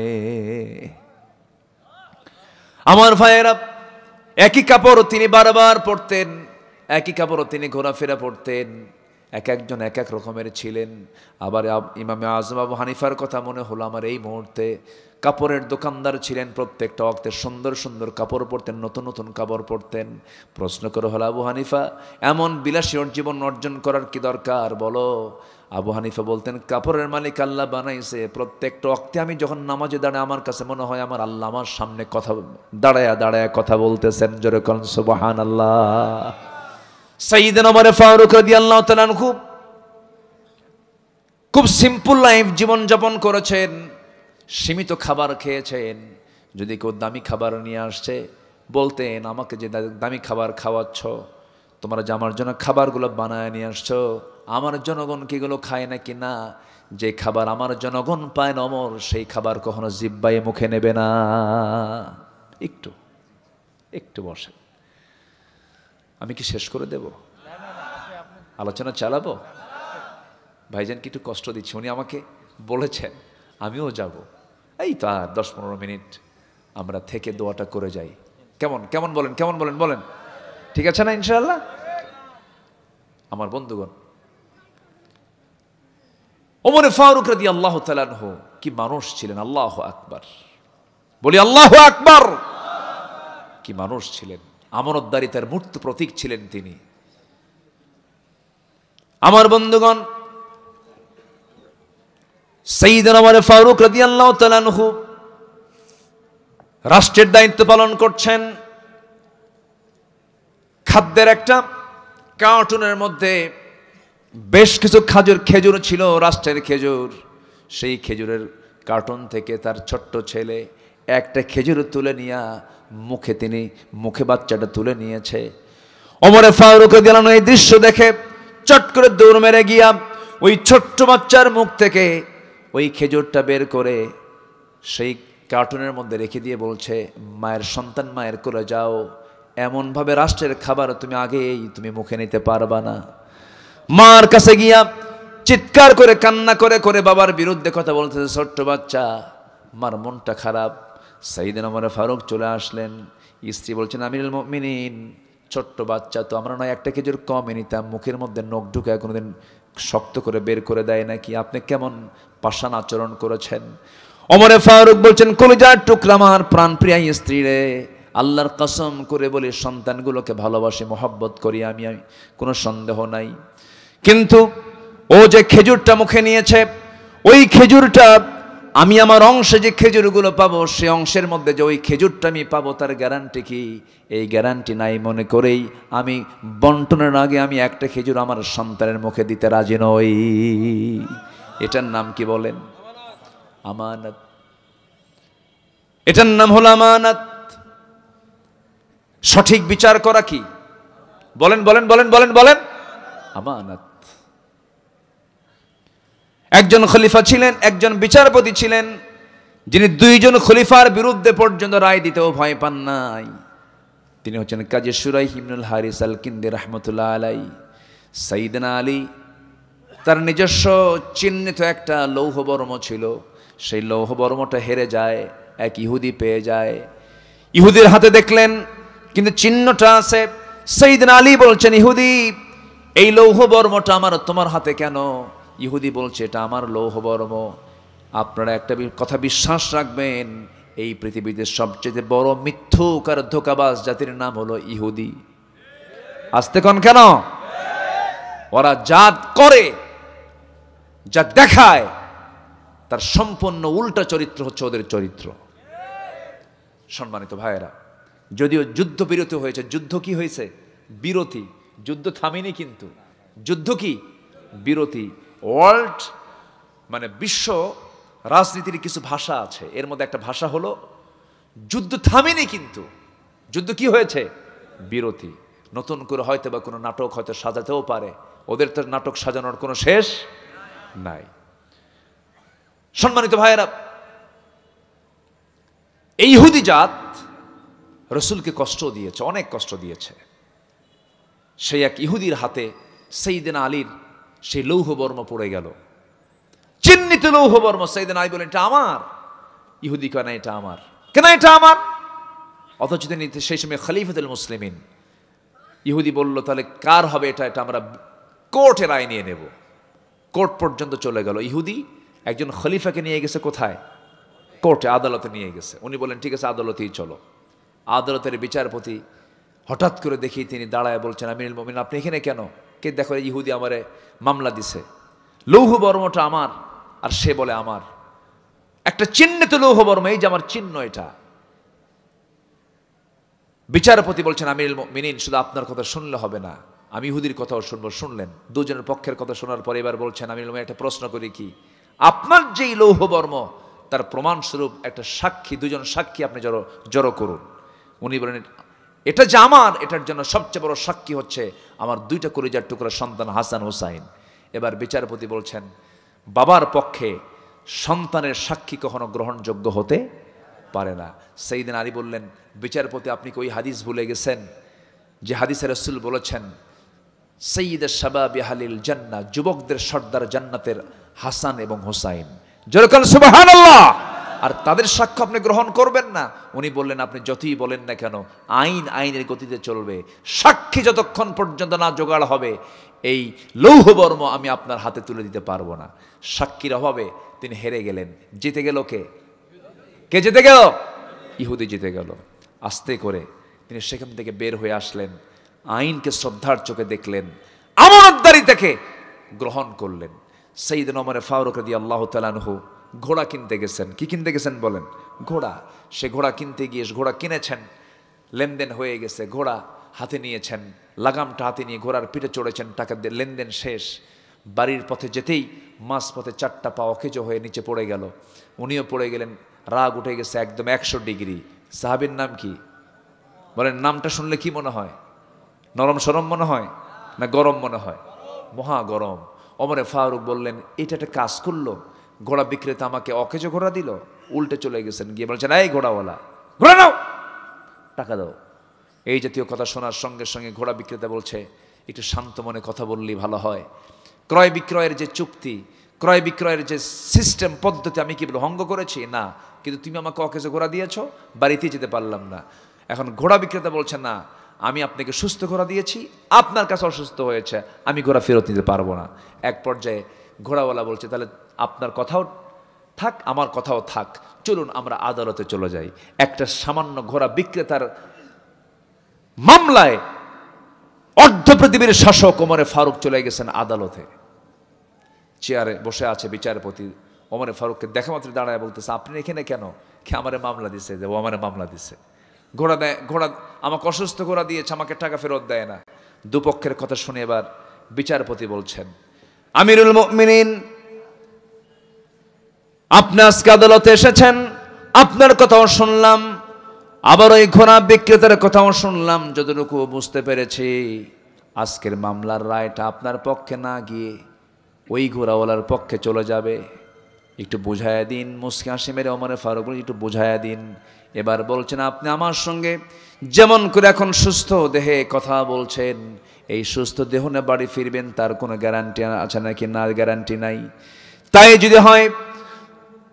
যদি হয় আমিরুল মুমিনিন, ঘোড়া আপনি টাকা দিয়ে কিনেছেন, আপনার মালিকানায় চলে আসছে, আপনার মালিকানা আসার পর ঘোড়া অসুস্থ হয়ে এসে 4টা পা অকেজো হয়ে পড়ে আছে, এই ঘোড়াটা এই অপবাদ দিয়ে আপনি ঘোড়া বিক্রেতার কাছে দিতে পারবেন না, লাভ লস, আপনাকে মানতে হবে, ঘোড়াটা আপনারই হবে। সাইয়েদনা ওমর ফারুক একটা শব্দ উচ্চারণ করলেন না, কিচ্ছু বললেন না, বাড়িতে ফিরে আসেন। পরের দিন মজলিসে শুরার বৈঠকে করলেন কি, সমস্ত মন্ত্রী পরিষদগুলোকে ডাক দিয়ে বললেন, শোনো আমার ভাইয়েরা, একজন বিচারপতি পাইছে, সে আমানতদারিতা নিয়ে বিচার করে, আমি অমরকে দেখে না, আমি অমরকে না দেখে আইনকে দেখে, আইনের গতিতে সে চলতে থাকি, এত সুন্দর রায় সে দিয়েছে আমার বিরুদ্ধে, আমি তাকে আঞ্চলিক বিচারপতি না বানায় আমি তাকে চিফ জাস্টিসের পদ দিয়ে দিলাম। যেরকম সুবহানাল্লাহ। কিসের কারণে বলেন? কিসের কারণে? আমানতদারিতার কারণে। আমার বন্ধুগণ, আমার ভাইয়েরা, এই দুনিয়া ছেড়ে আমিও চলে যাব, আপনিও চলে যাবেন, কেউ বাঁচার জন্য আসি নাই, দুনিয়া থেকে বিদায় নেব আমি। কিন্তু উন্নত চরিত্র নিয়ে যদি আল্লাহর সামনে দাঁড়াতে পারি, আমার নবীজির সুপারিশের প্রয়োজন আছে না নাই? বলেন, আসতে বলবেন না, আছে না নাই? রে ভাই, রসুলকে আমরা সব সময়ের জন্য কাছে টানবো। রসুল কেমন করে কথা বলেছেন, রসুল কোন দল করেছেন, রসুল কোন চেতনাকে লালন করেছেন, রসুল কিসের আন্দোলন করেছেন, রসুলকে নিয়ে একটু আমরা ভাবনায় চলে যাব, ভাবনার জগতে চলে যাব। রসুলকে বোঝার চেষ্টা করব আমরা। যে বান্দা রসুলকে যত বেশি বুঝতে পারবে, ওই বান্দা আল্লাহর তত বড় নৈকট্য হাসিল করতে পারবে। জোরে কোন সুবহানাল্লাহ। আপনাদের দোয়ায় আল্লাহ তাআলা আমাকে এবার এই তো মাসখানেক আগে মক্কা মদিনায় নিয়েছিলেন, গিয়েছিলাম, খুব তৃপ্তিমতো একটা জায়গা উপভোগ করেছি, খুব ফিল করেছি। সেটা হলো যে জায়গার ব্যাপারে আমার রাসূল বলেছেন, মা বাইনা বাইতি ওয়া মিম্বারি রাউদাতুম মিন রিয়াদিল জান্নাহ, আমার ঘর এবং ওই মেম্বার এর মাঝের যে জায়গা, এই জায়গাটা হলো দুনিয়ায় জান্নাতের টুকরা। জোরে কোন সুবহানাল্লাহ। আমার খুব লোভনীয় মনে হলো আমার কাছে। এর আগেও গিয়েছি আমি, তো অনলাইন সিস্টেমে কাটতে হয়, তো অনলাইন সিস্টেমে কেটে আমি সেই রাউদাতুম মিন রিয়াদিল জান্নাহর মধ্যে ঢুকলাম। ঢুকে পিছনের দিকে বসে আছি, মূল জায়গা এখনো যেতেই পারিনি, ফজরের একটু আগ দিয়ে। তা আমার দেশের কিছু প্রবাসী ভাই আমাকে দেখেই চমকে উঠলেন, সালাম দিয়ে বলছেন, হুজুর আপনি আসছেন, দেখি তো আপনার জন্য কি করা যায়। সেখানকার যে প্রশাসনিক একজন কর্মকর্তা, তাকে সালাম দিয়ে আমার ব্যাপারে এত বলা বলছে, এই জাতি কি মারতে পারে বলেন তো? বলেন তো পাম দিতে পারে? মানে আমার ব্যাপারে বলতে বলতে এমন বলা বলছে, আমি এদেশের সর্বসেরা মানুষ, কিন্তু আমি তো জানি আমি কোন নগণ্য বান্দা, কিচ্ছু না। এমন বলা বলছে, অফিসার নিজে এসেই সালাম কালাম দিয়ে বলে, শেখ চলুন। একদম প্রথম কাতারে ইমাম সাহেবের পেছনে আমার নবীর যে ঘর, অর্থাৎ যেটা কবর, ঘর সেটা কি কবর, যে সবুজ গম্বুজটা দেখা যায়, তার নিচেই তিনি শুয়ে আছেন। জাস্ট ওই দেওয়ালের পাশ ঘেঁষে প্রথম যে ব্যক্তিরা বসে থাকার সুযোগ পেয়েছে, ওনারা আমাকে প্রথম ওই জায়গাতে বসায় দিলেন। আমি শুধু একবার আমার নবীর কবর দেখি আর ওই দিকের মেম্বারটা দেখি, ঠিক মাঝখান বরাবর এক সাইডে আল্লাহ পাক আমাকে বসায় রেখেছিলেন। আমি সেই দিন প্রায় 1 ঘন্টার মতো সে জায়গায় বসে আমি আমার জন্য তেমন কিছু চাইনি, বলিনি। আমি এক নম্বর চাওয়া চেয়েছি, আল্লাহ ওই যে ছোট্ট ছোট্ট বাচ্চাগুলো, এই তো আরব থেকে মাঝখানে কিছু দূরে বাইতুল আকসার দেশের কিছু মুসলমান না খেয়ে আছে, দিনাতিবাদ করছে, যুদ্ধ বিধ্বস্ত জনপদ। আল্লাহ, তারা মামলা দিলে আমরা রেহাই পাবো না, মেহেরবানি করে তাদের প্রতি তোমার শান্তি রহমত নাজিল করো। আল্লাহর মেহেরবানি, যুদ্ধ থামার কথা না বললেও যুদ্ধ কিছু বিরতির একটা ইঙ্গিত এসেছে। বলি আলহামদুলিল্লাহ, জোরে বলি আলহামদুলিল্লাহ। সম্মানিত ভাইয়েরা, শুধু এতটুকু বলতে চাই, যদি আজ মুসলমান যদি এই উন্নত চরিত্র নিয়ে রসুলকে যদি আদর্শ লালন করে, দিনকে মেনে সততার সঙ্গে যদি সামনের মঞ্জিলে পৌঁছার যদি চিন্তা করত, বিজয় গোটা পৃথিবীতে মুসলমানদেরই হতো, ঠিক কিনা? কিন্তু মুসলমান সেই সততা আমানতদারিতা থেকে শুধু দূরে নয়, অনেক দূরে চলে গেছে, যেটা জীবজন্তুর মধ্যেও পাওয়া যায় না। জীবজন্তুর তারাও আমানত কিছু বোঝে, তারাও ঠকবাজি করে না। কিন্তু আজকে মানুষের মধ্যে আমানতদারিতে বেশি না ঠকবাজি বেশি? বলুন তো, যে লোকটা টাকা করজ দেয় সে বিপদে থাকে, না যে টাকা নেয় করজ সে বিপদে থাকে? বলেন, কে বিপদে থাকে বলেন তো?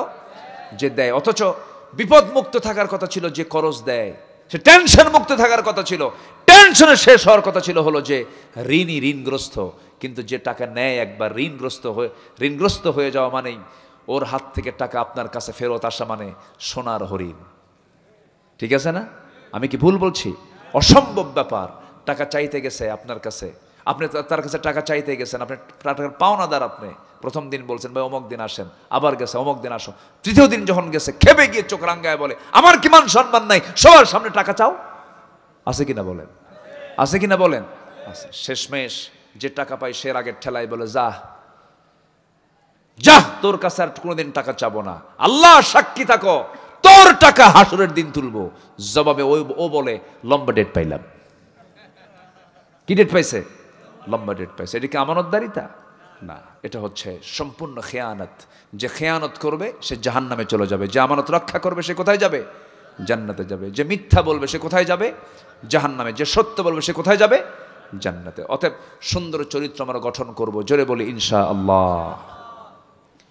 নাম্বার 3 হলো সবর, ধৈর্যশীলতা। পৃথিবীর সকল জায়গায় সকল কাজে ধৈর্যশীল হব আমরা। আল্লাযীনা ইযা আসাবাতহুম মুসিবাতুন ক্বালু ইন্না লিল্লাহি ওয়া ইন্না ইলাইহি রাজিউন। জোরে বলুন আল্লাহু আকবার। যখন কোনো বিপদ আসবে, যখন কোনো মুসিবত চলে আসবে, সেই সময় ইমানদাররা সব সময় বলে ফেলবে সম্পূর্ণ কার ফয়সালা? আল্লাহর ফয়সালা। হতাশ হওয়া যাবে না। সন্তান নিয়ে টেনশন করে, বারবার মেয়ে হয়, ধৈর্যহীন হয়ে যায়। বউকে গালি দেয়, সকালে বা গালি দেয়, দুপুরে গালি দেয়, বলে তোর পেটটা পচা, কপালের সন্তান ছেলে হবে না। আর এইরকম করে ধৈর্যহীনতার পরিচয় দেয়, বিপদে পড়ে গেছে আল্লাহকে গালি দেয়। এরপরে বিভিন্ন হতাশা কাজ করে। হতাশা আল্লাহর পক্ষ থেকে আসে না, শয়তানের পক্ষ থেকে আসে? বলেন, শয়তানের পক্ষ থেকে আসে। ইমানদার কখনো ধৈর্যহীন হবে না, ইমানদার কখনো হতাশ হবে না, ইমান কখনো ধৈর্যহীন হবে না। ইমানদার হবে কি? ইমানদার হবে সব সময়ের জন্য তাওয়াক্কুল করবে। কার উপরে বলেন? আসতে বলবেন না, কার উপরে? নাম্বার 5 হলো তাওয়াক্কুল করতে হবে আল্লাহর উপরে। ওয়া মাইয়া তাওয়াক্কাল আলাল্লাহ ফাহুয়া হাসবুহ। যে ব্যক্তি আল্লাহর প্রতি ভরসা করবে তার জন্য কে যথেষ্ট বলেন? আসতে বলবেন না, কে যথেষ্ট বলেন? ইব্রাহিমকে নিক্ষেপ করা হয়েছিল কোথায়? আগুনের। হেফাজত করেছেন কে? ইউনুসকে খেয়ে ফেলেছিল কি বলেন? মাছ। কিন্তু হেফাজত করেছেন কে বলেন? আল্লাহ তাআলা। যত বিপদ এসেছে, যত মুসিবত এসেছে, ধৈর্যের পিরামিড হয়ে আল্লাহর পছন্দের বান্দারা রেহাই পেয়েছেন। এই জন্য ধৈর্য হচ্ছে সবচেয়ে বড় একটা যোগ্যতা। ইমানদারের জীবনের সবচেয়ে বড় যোগ্যতা হলো ধৈর্য। এই ধৈর্য আমরা অবলম্বন করার চেষ্টা করব, তাওয়াক্কুল করব আমরা আল্লাহর উপরে। নাম্বার 5 হলো ইখলাস থাকতে হবে, সকল জায়গায় একনিষ্ঠ ভাব থাকতে হবে। যা করব কার জন্য, দান করব কার জন্য। 1 লক্ষ টাকা মাহফিলে দান করেছে, মাদ্রাসায় দান করেছে, নামটা যদি উচ্চারণ না হয় কেঁপে গিয়ে বলে এবার তো টাকা দিছি, নাম বললি না, সামনের বার আর আসবি না, টাকাই দেব না, এরকম দানবীর আমার দেশে আছে না নাই বলেন? নাম থাকতে হবে, আমার নামের স্লোগান দিতে হবে না না। আল্লাহ তাআলা বলেন আমি 9 শ্রেণীকে, আমি আর শাসিমের 7 শ্রেণীকে আমি আর শাসিমের ছায়ে জায়গা দেব। এর মধ্যে একটা শ্রেণী হলো মা তুনফিকু বিয়ামিনি, ডান হাতে যা দান করেছে বাম হাত জানবে না, বাম হাতে যা দান করেছে ডান হাত জানবে না। আল্লাহ রাব্বুল আলামিন তাকে আরো শাসিমের ছায়ে জায়গা দিয়ে দিবেন। জোরে বলেন সুবহানাল্লাহ। এই জন্য ইখলাস থাকতে হবে, একনিষ্ঠতা থাকতে হবে। যা করব আমরা কার খুশির জন্য বলেন? আসতে বলেন না, কার খুশির জন্য বলেন? যারা পারেন ঠোঁট মিলিয়ে বলুন وَمَا أُمِرُوا إِلَّا لِيَعْبُدُوا اللَّهَ مُخْلِصِينَ لَهُ الدِّينَ। নাম্বার 6 হলো আদালত এবং ন্যায় বিচার। আদালতটা ঠিক রাখতে হবে, বিচারটা ঠিক রাখতে হবে। কুনু কাওয়ামিনা লিল্লাহি শুহাদা বিল কিসত। জোরে বলুন আল্লাহু আকবার। নাম্বার 7 হলো তওবা করা, ক্ষমা করা। আমার বন্ধুগণ এখানে যারা বসে আছেন মনে হয় জীবনে কারো একটা গুনাহ নাই। আসতে বলবেন না, আছে না নাই? কার জীবনে কত গুনাহ কেউ কি গুনতে পারবো নাকি? অগণন গুনাহ হয়ে গেছে আমাদের জীবনে, কত গুনাহ করছে আমরা নিজেরাও জানি না। তবে এই গুনাহগুলোকে আল্লাহ রাব্বুল আলামিন মাফ করার জন্য একটা পন্থা, একটা ফরম্যাট রেখে দিয়েছেন, তার নাম হলো তওবা, তার নাম হলো ক্ষমা, ইস্তেগফার করা। তওবা ক্ষমা যদি কোনো বান্দা করে আল্লাহ রাব্বুল আলামিন তার আগের সমস্ত গুনাহগুলো মাফ করে দেন। জোরে বলেন সুবহানাল্লাহ। জীবনটা উন্নত হয়ে যাবে, চরিত্র উন্নত হয়ে যাবে। পাপ করেছে এই পাপ আর জীবনে পাপ করব না, ভুল করেছে আর জীবনে ভুল করব না, চুরি করেছে আর জীবনে চুরি করব না, ডাকাতি করেছে আর জীবনে ডাকাতি করব না। তওবার মতো তওবা করে ফিরে আসবেন, আল্লাহর জান্নাত আপনাকে ডাকতেছে।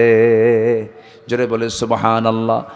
আল্লাহ রাব্বুল আলামিন বলেন والذين إذا فعلوا فاحشة أو ظلموا أنفسهم ذكروا الله فاستغفروا لذنوبهم। জোরে বলুন আল্লাহু আকবার। আমরা তওবা করব কার কাছে? জীবনে আর কখনো 5 ওয়াক্ত নামাজ ছাড়ব? হাত নামান। আমি কষ্ট দিয়ে ফেলেছি আপনাদের, হুজুর মাহফিলে এসে বিপদে পড়ে গেলাম, নামাজ এত কঠিন অবস্থা, সামনের শীতের দিন আরো উজু করবো কেমনে? এরকম নামাজ চোর আছে না নাই? বলেন নামাজ চোর আছে না নাই? পৃথিবীতে সবচেয়ে কুখ্যাত চোরের নাম কি? বলেন বলেন বলেন বলেন। নামাজ চোর। আমি একটু শক্ত ভাষায় বলে দিলাম নামাজকে। আল ফারকু বাইনাল মুমিন ওয়াল কাফির তারকুস সালাহ। কাফের এবং মুমিনের মাঝে পার্থক্য সৃষ্টি করে দেই হচ্ছে নামাজ। নামাজ আমরা পড়বো ইনশাআল্লাহ বলি, ইনশাআল্লাহ বলি, ইনশাআল্লাহ। নাম্বার 8 হচ্ছে সহানুভূতি, দয়া। যার মধ্যে দয়া নাই আল্লাহ তাকে দয়া করবেন না। ইরহাম তুরহাম, আপনি দয়া করবেন আল্লাহ পাক আপনার প্রতি দয়া করবেন। এই জন্য আমরা চেষ্টা করব আমরা দয়া এবং সহানুভূতি, দিলটাকে নরম রাখার জন্য। জোরে বলি ইনশাআল্লাহ। দিল যার নরম হয় সে হিংসুক হয় না, দিল যার নরম হয় সে গীবতকারী হয় না, দিল যার নরম হয় তার কথায় পৃথিবীর কেউ কোনোদিন কষ্ট পায় না। আমরা রহম দিলওয়ালা হব। নাম্বার 9 হচ্ছে তাওয়াদু, নম্রতা, ভদ্রতা। এটা আমরা আনার চেষ্টা করবো। ইয়ামশুনা আল আরদি হাওনা। নাম্বার 10 হচ্ছে শুকর, শুকরিয়া আদায় করবো। এক নাম্বার কার? আসতে বলবেন না, কার? আল্লাহ তাআলা। নাম্বার 11 হচ্ছে সুজা, সাহসিকতা থাকতে হবে। ইমানদার কি ভীরু হবে না সাহসী হবে? ইমানদার ভীরু হবে না সাহসী হবে? ইমানদার সংখ্যা দেখবে না ইমান দেখবে? ইমানদার শক্তি দেখবে না ইমান দেখবে? ইমান দেখবে। ইমানের চাইতে বড় শক্তি পৃথিবীতে আর নাই। এই সাহসটা থাকতে হবে। নাম্বার 12 হচ্ছে নেক কাজের আদেশ দেওয়া, মন্দ কাজের বাধা দেওয়া। এটাও হচ্ছে উন্নত চরিত্রের একটা গুরুত্বপূর্ণ দিক। মুনাফিকরা এগুলো পারে না। মুনাফিকরা যখন যেদিকে বৃষ্টি সেই দিকে ছাতা, সেই দিকে চলে যায়। এই চরিত্র একমাত্র মুনাফিকের হতে পারে, এই চরিত্র ইমানদার আনতে পারে না। এরপরে নাম্বার 13 হচ্ছে বিশ্বাসযোগ্যতা। বিশ্বাসযোগ্য হতে হবে। আপনাকে যেন মানুষ ট্রাস্ট করে, আপনার ব্যক্তিত্ব আপনার মাঝে ফুটে তুলতে হবে। ইমানদারের 1 নম্বর দিক হচ্ছে শাখসিয়ত থাকবে, তার ব্যক্তিত্ব থাকবে। ইমানদার কখনো ব্যক্তিত্বহীন হতে পারে না। আচ্ছা, এরপরে নাম্বার 14 হলো নিষ্ঠাবান হব আমরা, ইখলাস ফিল আমল, সকল কাজে আমরা নিষ্ঠাবান হব, নিষ্ঠার সাথে সমস্ত কাজগুলো করব, যোগ্যতার সঙ্গে কাজগুলো করব। চেয়ারম্যানের দায়িত্ব পেয়েছি, 16 আনা কাজ করব। শিক্ষকতার দায়িত্ব পেয়েছি, 16 আনা কাজ করব। যেই দায়িত্ব আমি পালন করব, আমি কোন একটা ব্যাংকের ম্যানেজার, 16 আনা দায়িত্ব পালন করব। আমি একটা কি বলে কোম্পানির আমাকে ম্যানেজার পদে দিয়েছে, কমপ্লিটলি নিষ্ঠার সাথে সেই দায়িত্ব পালন করতে হবে, সে আমল তার মধ্যে রাখতে হবে। উন্নত চরিত্র গঠন করার এগুলোই হচ্ছে সবচেয়ে উত্তম আমল। নাম্বার শেষ হচ্ছে, সর্বশেষ হচ্ছে সহনশীল হওয়া, হেলম, সহনশীল। অর্থাৎ সহনশীল হওয়া মানে হচ্ছে আল্লাহ তাআলা নিজে হালিম, আমরা আব্দুল হালিমের বান্দা, আল্লাহ তাআলা নিজেও খুব সহনশীল। এই যে ধরেন আকাম কুকামগুলো হয়, আল্লাহ কি অ্যাকশনে যান? সহজে যান? অ্যাকশনে সহজে যান না। আল্লাহর মতো সহনশীল, আল্লাহর মতো এত বড় হালিম পৃথিবীতে আর কেউ না। এই জন্য হালিমটা কার নাম? আল্লাহর নাম। আমরা ধৈর্যশীলতার পরিচয় দেব, সহনশীলতার পরিচয় দেব। আল্লাহ পাক বলছেন ওয়াল কাযিমিনাল গাইজ ওয়াল আফিনা আনিন নাস আল্লাহু ইউহিব্বুল মুহসিনিন। এই 15টা উন্নত চরিত্র আমরা আমাদের জীবনে উপস্থিত করার চেষ্টা করব। জোরে বলি আমিন। সবার বাড়িতে মা বোন আছে না নাই বলুন তো? আছে। পর্দা করা কি? আরো জোরে, আরো জোরে। বোরকা পরা ফরজ না পর্দা করা ফরজ? বলেন, বোরকা পরা ফরজ না পর্দা করা ফরজ? আমার দেশে বোরকা পরা ফরজ আছে, কিন্তু পর্দার ফরজ নাই। খালাতো ভাই, মামাতো ভাই, চাচাতো ভাই, দুলা ভাই ভিতরে ফিটফাট, ভিতরে সব সদরঘাট। ভিতরে কি? সদরঘাট, বাইরে ফিটফাট, ভিতরে কোনো পর্দা নাই না। যেই বাড়িতে দেবরের সঙ্গে পর্দা হয়, যেই বাড়িতে ভাসুরের সঙ্গে পর্দা হয়, যে বাড়িতে খালাতো ভাই, মামাতো ভাই, দুলা ভাইয়ের সঙ্গে পর্দা হয়, ওটাই হচ্ছে কমপ্লিট সলিড পর্দা। আমার কথা কি বোঝা গেল? শালির হুন্ডায় কি বলে, দুলাভাইয়ের হুন্ডায় শালি চড়ে না, এমন শালি মনে হয় রাজশাহী জেলায় নাই। হ্যাঁ, আছে? আছে।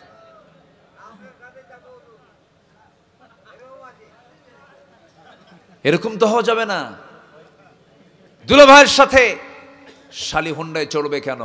এখানে কি রিস্ক, কোনো ঝুঁকি আছে না নাই বলেন তো? আছে। দুলাভাই তো মজাই পায়, ইমান তো দুর্বল। ফায়াতমা আল্লাযীনা ফী কলবিহি মারাদুন, দিলের মধ্যে তো রোগ আছে। দুলাভাই হুন্ডায় চড়ে বলে, এই শালি হুন্ডায় ওঠ। শালি এখন করবে কি? বড় বোনের হাজবেন্ড উঠছে, ধমক খায়া উঠছে, মাঝখানে একটু গ্যাপ রাখছে যে না, গায়ের সঙ্গে গা লাগানো যাবে না। দুলাভাই মানুষ, সামনে যে দুলাভাই এমন ব্রেক মারছে, গ্যাপ পূরণ। এগুলো গ্যাপ পূরণ করার কোনো সুযোগ দেওয়া যাবে না, এগুলো নোংরামি করা যাবে না। আপনার মেয়ে, আপনি তার পাহারাদার। আপনার স্ত্রী, আপনি তার পাহারাদার। আপনার বোন, আপনি তার পাহারাদার। একটা নারী 4 পুরুষকে জাহান্নামে নিয়ে যাবে। ভাইকে নেবে, স্বামীকে নেবে, বাপকে নেবে, বড় ভাইকে নেবে, এরপর বড় ছেলেকে নেবে। এজন্য প্রত্যেকটা বাড়িতে পর্দাটা নিশ্চিত করার দরকার আছে না নাই বলেন? প্রযুক্তির মিসইউজকে আমরা অবশ্যই ঝেড়ে ফেলে দেব। প্রযুক্তির কোনো মিসইউজ করব না। বিশেষ করে ডিভাইস ব্যবহারে খুব সতর্ক থাকতে হবে। ঈমান ছিনতাই করার জন্য সম্পূর্ণ প্রস্তুত হচ্ছে পশ্চিমারা। কোনো মূল্যেই যুবক, তোমরা যৌবনকে নষ্ট করা যাবে না, যৌবনকে কখনো ধ্বংস করা যাবে না।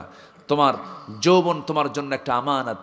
এটা তুমি একজন নারীর জন্য বরাদ্দ রাখবে। যখন তুমি বিয়ে করবে, তোমার বউ যখন তোমার সামনে আসবে, এটা তোমার জন্য, তার জন্য আমানত, তুমি তার জন্য আমানত। এই বিষয়গুলো অবশ্যই যুবকরা খেয়াল করার চেষ্টা করবে। বিয়ের প্রয়োজন হলে, এখানে অনেক প্রশ্ন আসছে, বিয়ের জন্য বাড়িতে প্রস্তাব দিয়ে ফেলবে। লজ্জার কিচ্ছু নাই। পেটের যেমন ক্ষুধা থাকে, যৌবনেরও ক্ষুধা আছে। আস্তে কখনো যুবকরা, ভালো করে কও। হ্যাঁ, মুরব্বীরা যেন শোনে। আওয়াজ যদি এরকম করো তাহলে তো কাম হবে না, ঠিক কিনা? বুড়া চাচাও কয় ঠিক। চাচা এখন বিয়ে করতে গেলে তো এখন বাড়িতে বুড়ির সঙ্গে লাগবে গন্ডগোল। জি, সম্মানিত ভাইয়েরা, যুবকরা চরিত্রকে সুন্দর বানাও, এই আশাবাদ কামনা করছি। ফজর সবার হবে তো ইনশাআল্লাহ? জোহর হবে তো? আসর হবে? মাগরিব হবে? মিথ্যা কথা মুখ দিয়ে বের হবে? আমাদের খেয়ানত হবে? জমির আইল ঠেলাঠেলি হবে? জমির মাপ দেওয়ার সময় আমিনকে কানে কানে বলে দেওয়া যাবে যে আমার অংশে একটু মাপটা ঢিল করে দিয়ে আমার অংশে বাড়ায় দিও, বলা যাবে? যাবে না। খুব সাবধান, বি কেয়ারফুল। ঈমান কখনো ঈমানকে বিকিয়ে দেওয়া যাবে না, ঈমানকে বিক্রি করা যাবে না, ধ্বংস করা যাবে না। আল্লাহ রাব্বুল আলামিন সবাইকে বোঝার তৌফিক দান করুন। জোরে বলি আল্লাহুম্মা আমিন। আমি আর কথা বাড়াতে চাচ্ছি না, যে যেখানে আছেন বসুন। হ্যাঁ, ইহুদি খ্রিস্টান হতে প্রাপ্ত তথ্য দ্বারা ইসলামকে বিতর্কিত করছে। এলাকার মসজিদগুলোর ইমাম শব্দের কোনো মাথা ব্যথা নাই, এটি দিন দিন বড় আকারে ধারণ করছে। এলাকার বর্তমান অবস্থা, আচ্ছা, একটা গোষ্ঠী আছে আমার দেশে, কিছু বেদাত, কিছু ভণ্ড দুষ্ট চক্র আছে না নাই বলেন তো? আছে। এগুলোকে সমূলে প্রতিহত করার জন্য অবশ্যই একটা শক্ত হাত দরকার, শক্ত সংঘবদ্ধ একটা শক্তি দরকার। আমি সবাইকে সচেতন হওয়ার জন্য অনুরোধ করছি, এই এলাকায় যদি এমন কিছু হয়ে থাকে যেখানে বেদাতের কার্যক্রম, যেখানে ইহুদি খ্রিস্টানদের কোনো ইমান বিধ্বংসী যদি কোনো কার্যক্রম থাকে, অবশ্যই সবাই মিলে একদম সম্মিলিতভাবে তার মোকাবেলা করার দরকার আছে না নাই বলেন তো? আছে। হ্যাঁ জি, আমরা এই ব্যাপারে আমরা সতর্ক থাকার চেষ্টা করবো। আল্লাহ রাব্বুল আলামিন সবাইকে বোঝার তৌফিক দান করুন। জোরে বলি আল্লাহুম্মা আমিন। সম্মানিত ভাইয়েরা, আমি আর কথা না বাড়িয়ে সোজা এখন দোয়ার দিকে যাব। ঘড়ির কাঁটা প্রায় 12টা একদম বরাবর হয়ে যাচ্ছে। ভাইজানকে আমি কষ্ট করে বসায় রেখেছি, এরপরে আপনারাও অনেক রাত হয়েছে, উচিত ছিল আমার আরও আগে ওঠা। আমি এসেছিও আগে, কিন্তু উঠতে একটু দেরিও হয়ে গেছে, বিলম্ব হয়েছে। যতটুকুন হয়েছে আমরা বলে ফেলি আলহামদুলিল্লাহ। জোরে বলি আলহামদুলিল্লাহ। একটি ছোট্ট দোয়ার মধ্য দিয়ে আমরা শেষ করব। কোনো ঘোষণা আছে নাকি? কোনো ঘোষণা নাই তো? দোয়া যে আল্লাহুম্মা আমিন। রব্বানা যালামনা আনফুসানা ওয়া ইল্লাম তাগফির লানা ওয়া তারহামনা লানাকুনান্না মিনাল খাসিরিন। আল্লাহ, হাজারো মুসলমান নরনারী নিয়ে তোমার কালামের 2-3টা আয়াতকে সামনে রেখে জাতি গঠনে উন্নত চরিত্রের কিছু গুণ আমি তুলে ধরার চেষ্টা করেছি তোমার কালাম থেকে। সর্বশেষ আলোচনা শেষান্তে 2টা হাত তোমার দরবারে পেতে আছি। আল্লাহ, গুনার দিকে নজর দিও না, বান্দা মনে করে তামাম জিন্দেগির সমস্ত গুনাহগুলো তুমি আল্লাহ আমাদের মাফ করে দাও। জনম দুঃখিনী মা, জনম দুঃখী বাপজান যারা দুনিয়া থেকে বিদায় নিলেন, জিন্দেগির গুনাহগুলো মাফ করে দাও, কবরগুলোকে জান্নাতের টুকরা বানায়া দাও। আব্বা আম্মার জন্য কি দোয়া তাও শিখিয়ে দিয়েছো। রব্বির হামহুমা কামা রব্বায়ানি সগীরা, রব্বির হামহুমা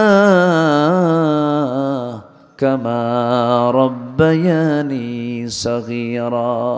ও আল্লাহ, বিশেষ করে মাহফিলটার আয়োজন করলেন যারা, শোনার জন্য কষ্ট করে আসলেন যারা, বিনিময়ে কিয়ামতের কঠিন ময়দান যেদিন কেউ কাউকে চিনবে না, মা সন্তানকে পর্যন্ত স্বীকার করে বসবে, সেই কঠিন মুসিবতের দিন এই মাহফিল সবার জন্য নাজাতের মাধ্যম তুমি আল্লাহ বানাইয়া দিও।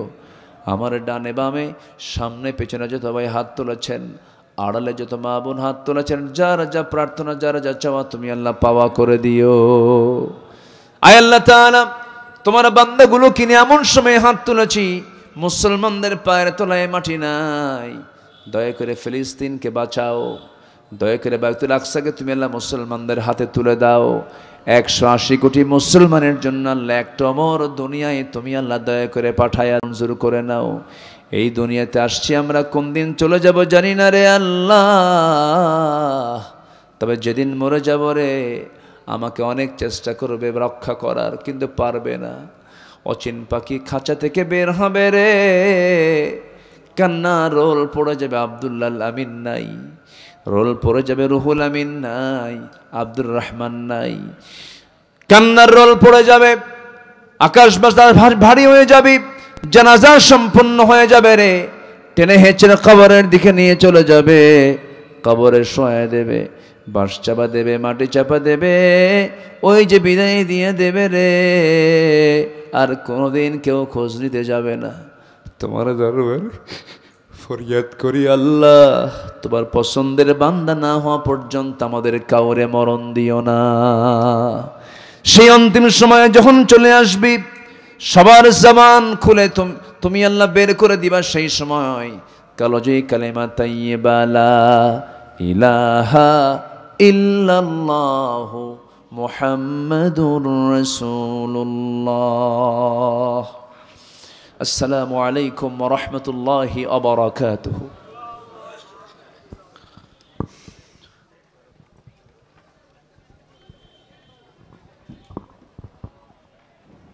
যে সম্মানিত প্রিয় ভাইরা, আপনারা ধৈর্য সহকারে আলোচনা শুনেছেন, এই জন্য মাহফিলের পক্ষ থেকে ধন্যবাদ। শৃঙ্খলার ভাইয়েরা যারা আছেন স্বেচ্ছাসেবক, আপনারা সুন্দরভাবে সবার যাওয়ার ব্যবস্থা করেন। মা বোনদের নিরাপত্তায় যারা আছেন, রাস্তার বিভিন্ন জায়গায় স্বেচ্ছাসেবকের দায়িত্ব যারা পালন করছেন, আপনারা আপনাদের দায়িত্ব সঠিকভাবে পালন